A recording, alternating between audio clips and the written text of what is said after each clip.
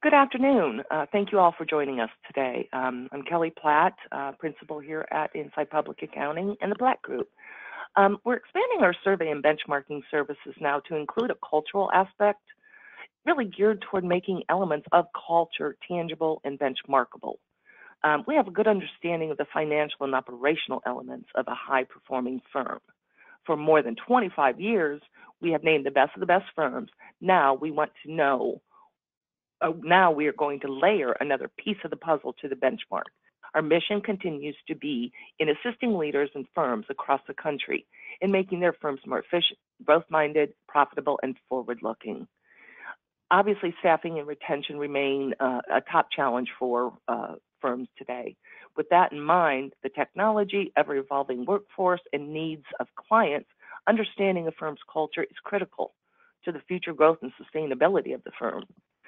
So how does the survey measure culture?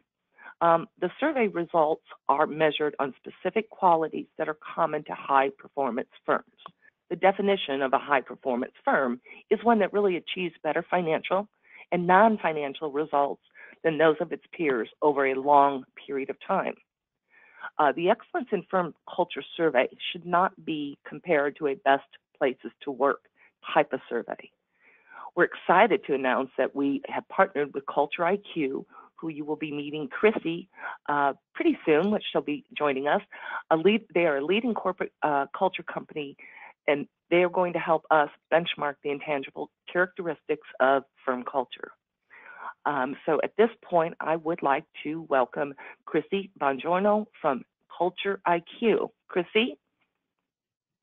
Thank you so much, Kelly. I'm really you. excited. Yeah, I'm so excited to be here and to be sharing this today. So let me go ahead and begin sharing my screen. And if you just want to let me know once you can see it, that would be great. Yes. Okay, wonderful. Well, thank you so much.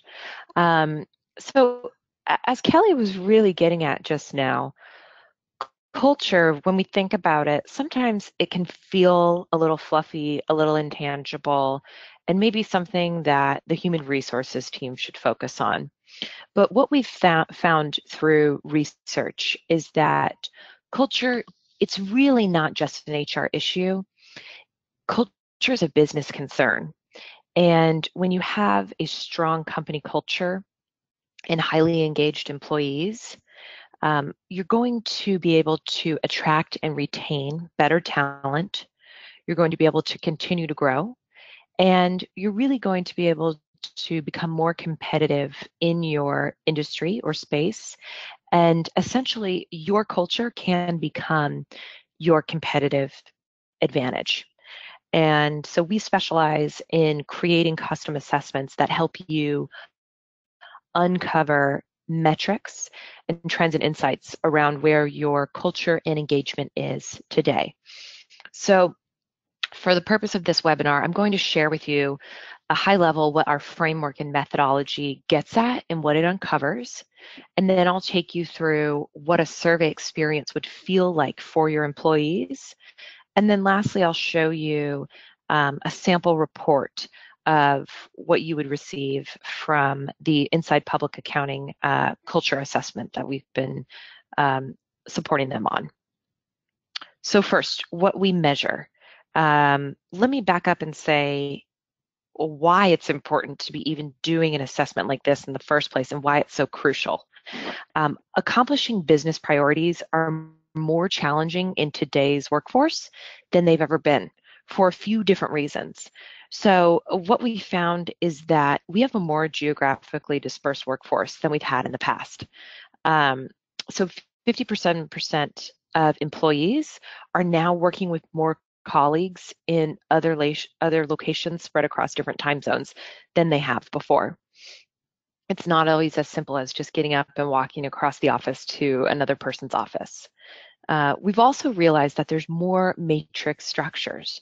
So 50% of employees say that more people are now involved in all of their different decisions, which can make things more challenging and can also slow you down in actually making those decisions. There's also more interpersonal coordination. So 60% of employees have to coordinate with at least 10 people just to complete their work, which is quite a lot if you think about it. And then lastly, on the bottom left here is more frequent change. And, you know, I talk to organizations all day long that are looking to either strengthen their culture or be more proactive about their culture or just get a better baseline and set of metrics of where they are today. And the one thing that always resonates with most organizations is the more frequent change. I think that we all feel that. So in this statistic, you'll see that 63% of employees are reporting that their objectives are changing much more frequently than they were just about 3 years ago, which is why, going in, getting a baseline and measuring your culture is incredibly important in today's workforce. And then lastly, we all tend to be doing more with less. Um, so 20% improvement in employee performance is needed in order to meet your current business objectives, which that can be a little bit alarming if you think about it, a 20% improvement in all of our employees just to get to the goals that we're hoping for. And so we've created an assessment that helps you go beyond just measuring things like how do I feel about my manager? And we're asking questions that are really getting to the root of your culture so that you're better able to support your employees and to really improve their performance so you can meet your different business priorities and goals. And so this here is our Clear Advantage framework. You'll see there's 3 pieces on this darker blue outer circle and 1 piece in the middle here of this pie.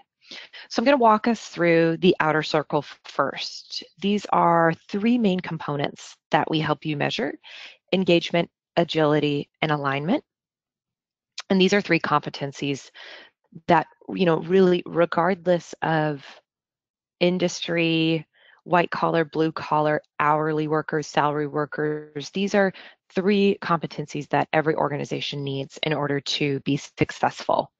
And then the middle piece, the business priorities, we've gone ahead and layered in some components that are crucial to the accounting industry, and I'll get to that in a minute. So first is engagement.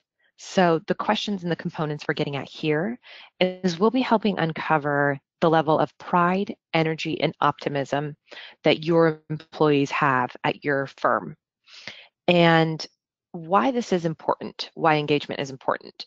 Firms in the top quartile of engagement, they're going to carry about double the shareholder value of firms in the bottom quartile of engagement. So this is a crucial part not only to your employees and their experience, but again, to delivering on the mission of your firm and your business goals. We'll then take a look at your goal alignment. So to what degree are we communicating about the goals of the organization? And is the relationship between individual, team, and corporate goals, is that understood and is that aligned? And then lastly, me as an employee, is my work that I do every single day, can I see how that connects to the goal of the organization? And the reason we get at these alignment questions is I like to use a very simple analogy. So if we're all in the same boat and we're all rowing as fast as we can, but we're going in different directions, then we're never going to meet the finish line. And that's the same idea. We can have a highly engaged workforce, but if we're not all aligned on the goals and objectives of the organization, then we will fall short. So this is a really important component to be measuring and to be looking at when you do a culture assessment of your firm. Last component here is agility. So the questions that we ask here are going to help uncover to what degree are your employees able to anticipate, plan, and adapt to change. And like we were talking about earlier in the webinar, change, it's so cliche, but change is the one constant. And that's something that every organization is always going through change.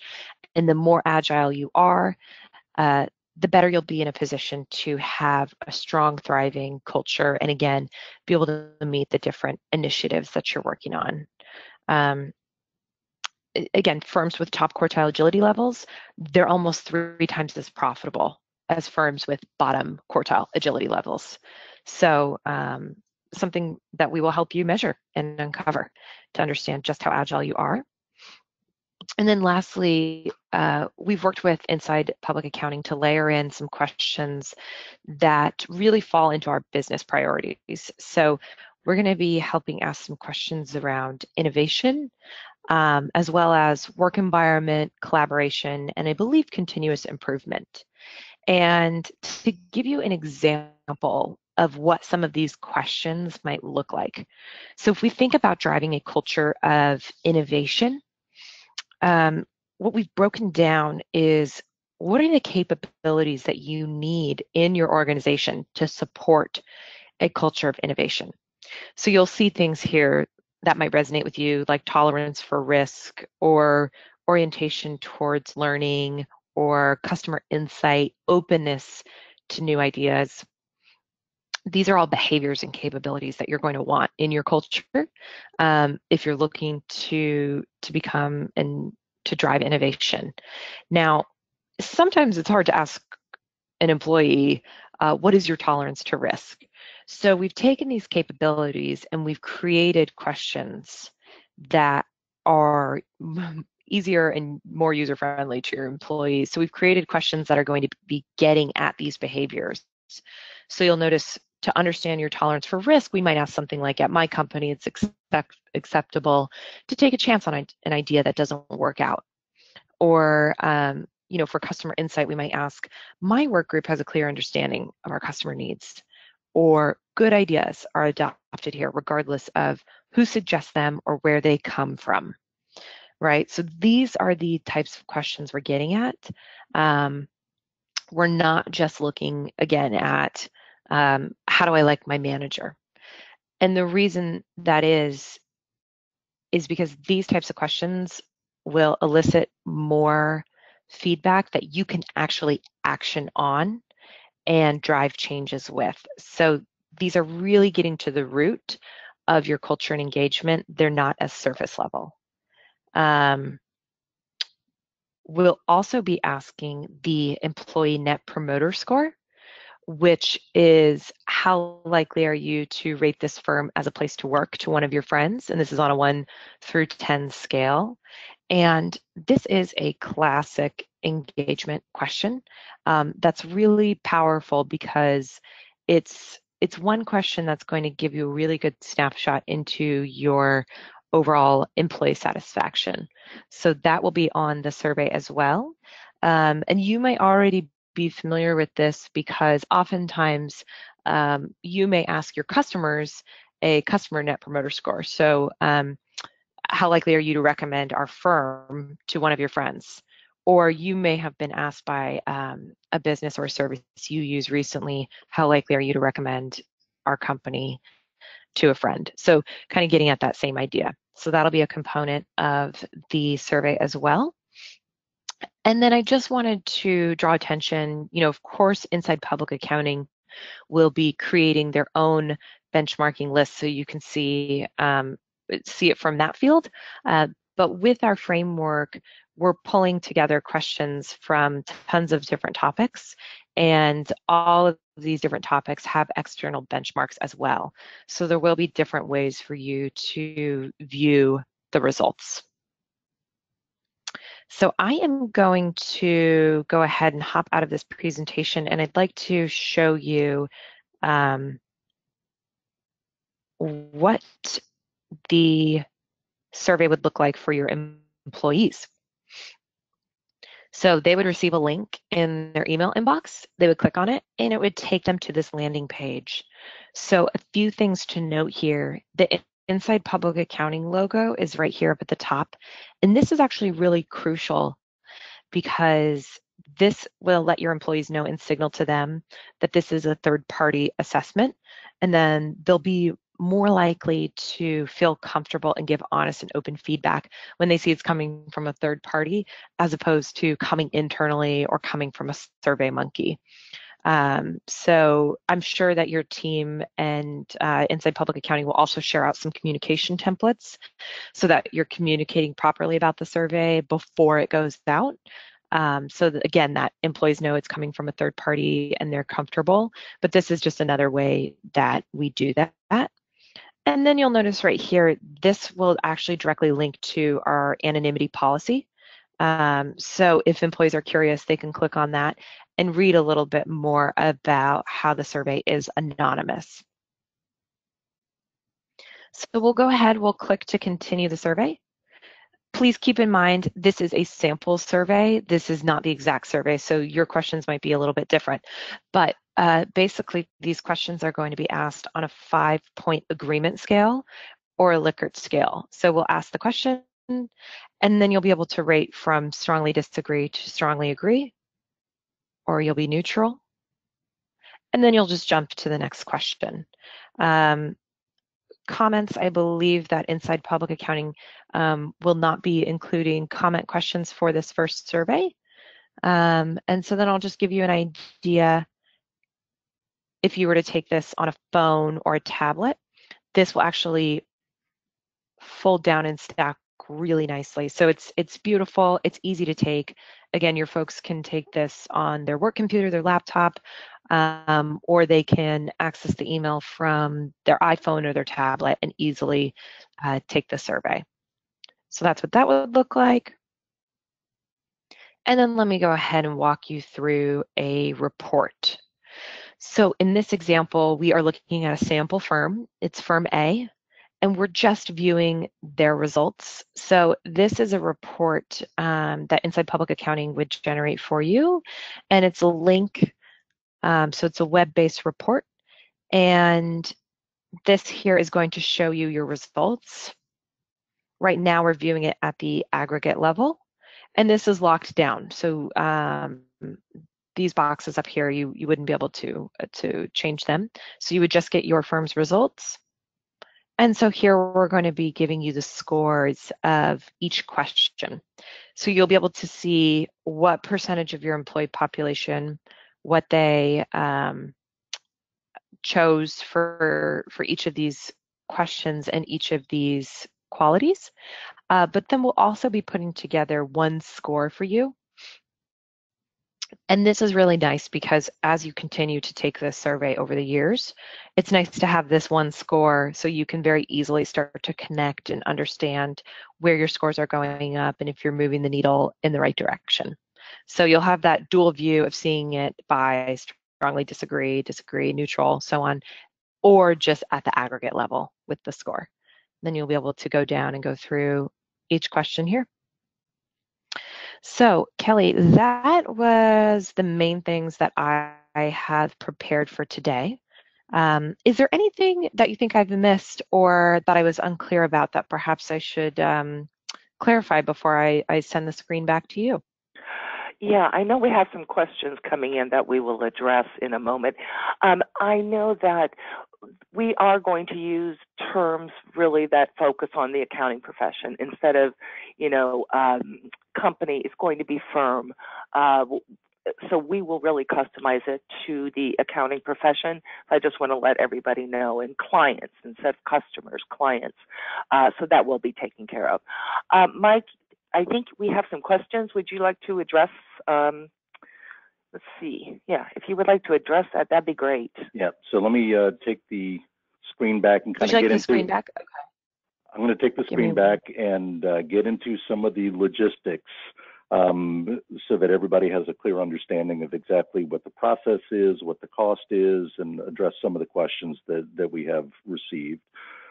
So let me start off with the fee structure. This is the first offering that we are making with this culture survey. This is the fee structure that we have set up for the November 2018 and May 2019 offering of this Excellence in Firm Culture survey. It will be a $2,500 base fee per firm plus $5 per FTE based on the reporting that you all provided in the 2018 IPA survey. What that will get, up in the paragraph in the middle there, is a description of what the deliverable is. Your fee would cover firm-wide participation of everyone in your firm. So it would be partners, professional staff, administrative staff. We want everybody participating. A PDF of the aggregated results and employee net promoter score for your firm, which Chrissy was just showing. We'll put together an executive summary with aggregated information for other participating firms. And we'll also provide external benchmarking data from the Culture IQ library for possible similar kinds of professional services companies that you can benchmark against. The fee will cover eligibility for the award, a sample press release, and a use of the logo if your firm wins the IPA Excellence in Culture Award. And we've included just some numbers down at the bottom there based on FTE and what your fees would be. We do have some optional add-ons later on, so this is in the future. You'll get information about this at the back end of the survey, but what you will be able to optionally add on at your discretion, online access to your firm's aggregated data, where you can review the individual demographic segments and slice and dice them a little bit better and compare to the aggregates of other participating firms in the IPA survey. An optional add-on later is a webinar presentation on the analysis for your firm, or an in-person presentation on the analysis for your firm. There's also additional culture workshops that would be available across the firm, and then full-blown management consulting opportunities that we can provide for you through the relationships that we're developing. So a couple of specifics on the process. To confirm your firm's participation in the survey this year, if you've not already done so, we would like you to submit, it's a non-binding application, no later than September 24th. Go to that URL, https://tinyurl.com/IPA culture.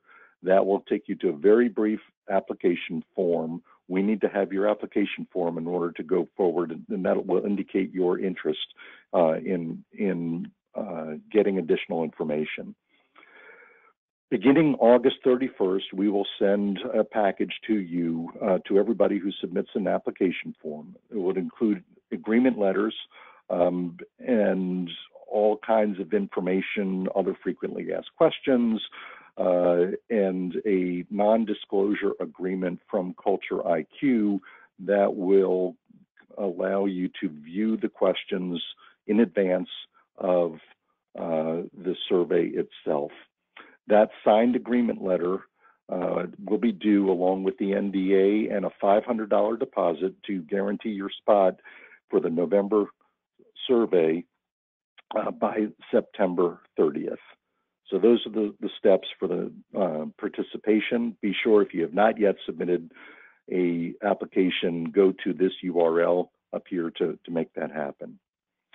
In administering the survey, we will send out an administrator's guide to the designated firm representative the first week of October. This is for everybody who says, yes, we want to go forward with the survey. They've sent in the agreement letter, they've sent in the NDA, they've sent in the deposit.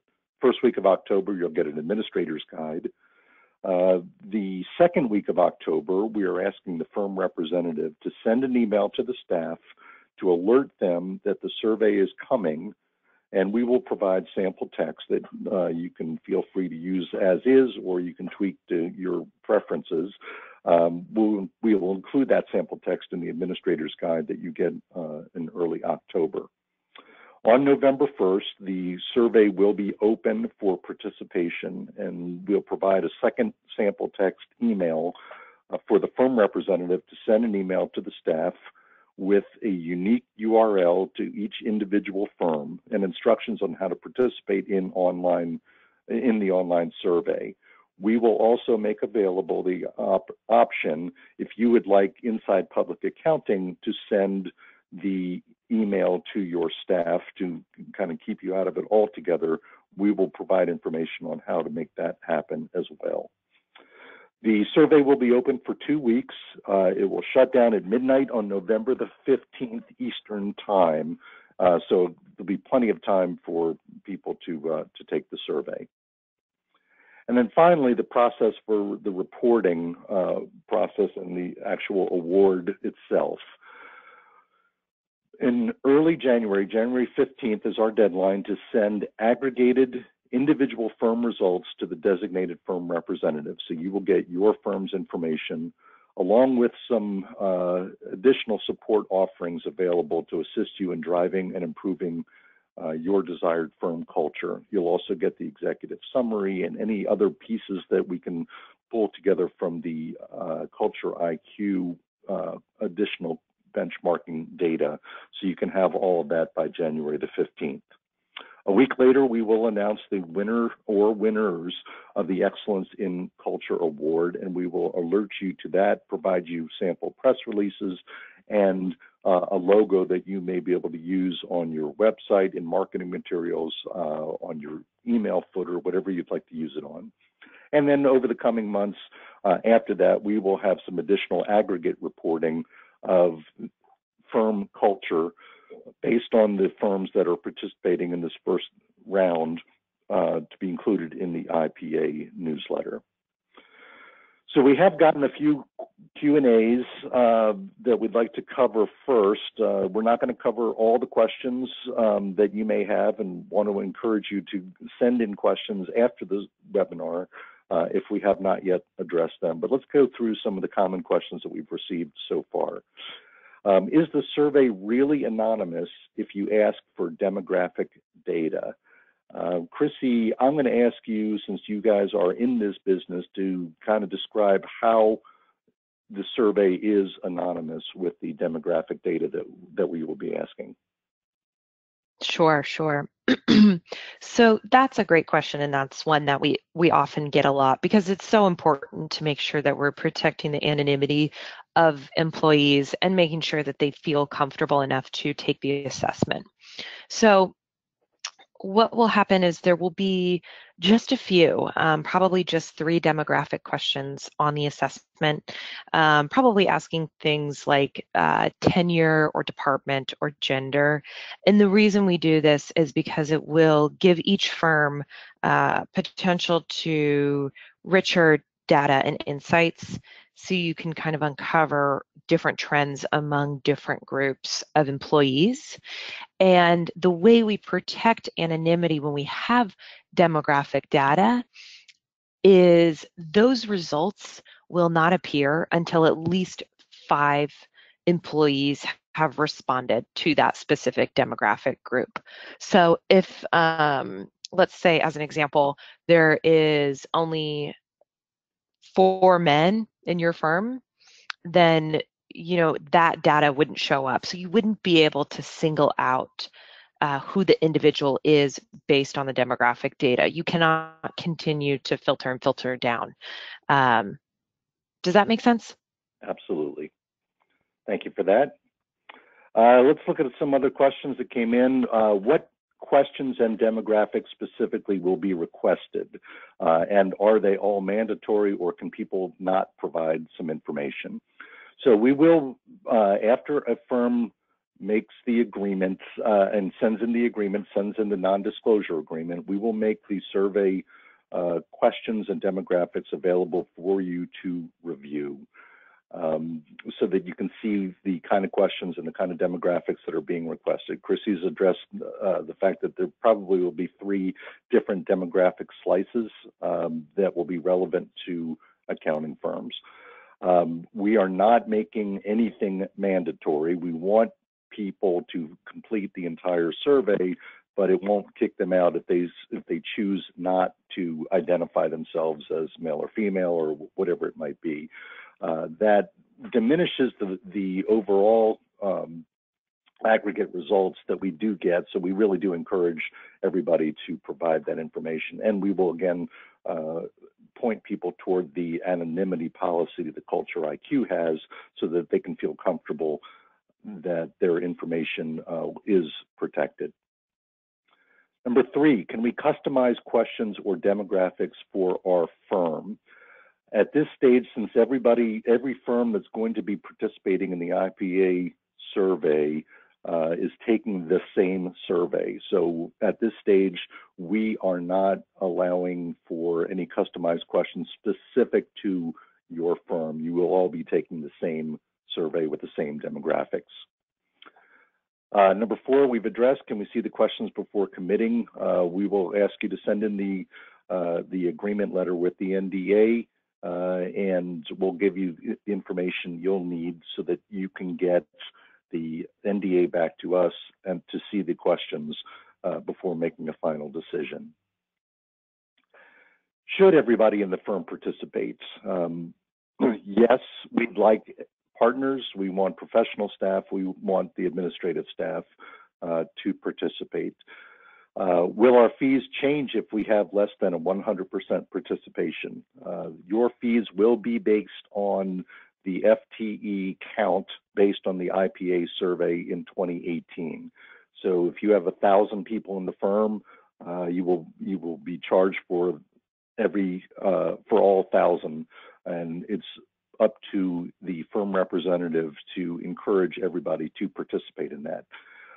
Will our eligibility for the award change if we have less than 100% participation? The general answer is no, it won't, but if we get really, really poor participation, obviously that will affect the scores in general. So we want significant participation within each firm to be qualified for the award. Number 6, how long will the survey take to complete? We're looking at about 15 to 20 minutes, really nothing more than that. So it should be an easy thing for an individual to sit down, take the survey in one sitting, and then move on to other work priorities. Can the respondents stop and start from where they left off? At this point, the answer is no, which is why we want to keep it short to let them jump in, do the survey, and jump out. And again, the survey is going to be available online, so they can use their PC, they can use their tablet, they can use their cell phone. It'll be an easy process for them to answer. Will the content in the May 2019 offering be the same as November 2018? The intention is that we will not be changing the survey questions so that we can benchmark firms, and firms can benchmark themselves going forward against the same criteria. So the answer is that May 2019 should be the same offering as the November 2018. And finally, how will the award winners or winner be selected? That is a process that we are going to work with internally, and it will all depend on the number of firms that are participating in this. Similar to the way that we do the best of the best, we have an internal process that we do that is proprietary that will be a similar process that we will follow for how the award will be selected. So to wrap things up, the call to action for you today, if you've not already submitted an online application form, we ask that you please do that. That will give us the indication that you are interested in finding out more, and that we will send you the package of information that you will need to confirm your firm's participation itself. Go to this URL. It's a quick 3-minute application form, tinyurl.com/IPA culture. Fill that out so we'll know that you're interested in getting to the next level. And if there's any questions, additional questions that you've got that have not been addressed in today's webinar, we'd ask you to email us at culture@plattgroupllc.com, and we will do our best to respond to you in a timely manner. So any last thoughts, Kelly, on your end? Yeah, one thing I wanted to make sure when we talk about the FTE, I want to make sure that if a firm did not participate in our MAP survey, the benchmarking survey, they can still participate. So I want to make sure that it's not that it is not that they have to do that. If they did not participate in the 2018 MAP survey benchmarking, they can still participate in this. So I just want to make sure. Thanks. Thanks for that clarification. So Kelly Platt, Chrissy Bongiorno, we appreciate your participation today. We appreciate everybody with the interest in going forward on the IPA Excellence in Firm Culture Survey and Award. We're excited about bringing this to you, and we look forward to your participation. Thank you very much. Have a great day. Thank you, Chrissy. Thank you, Mike.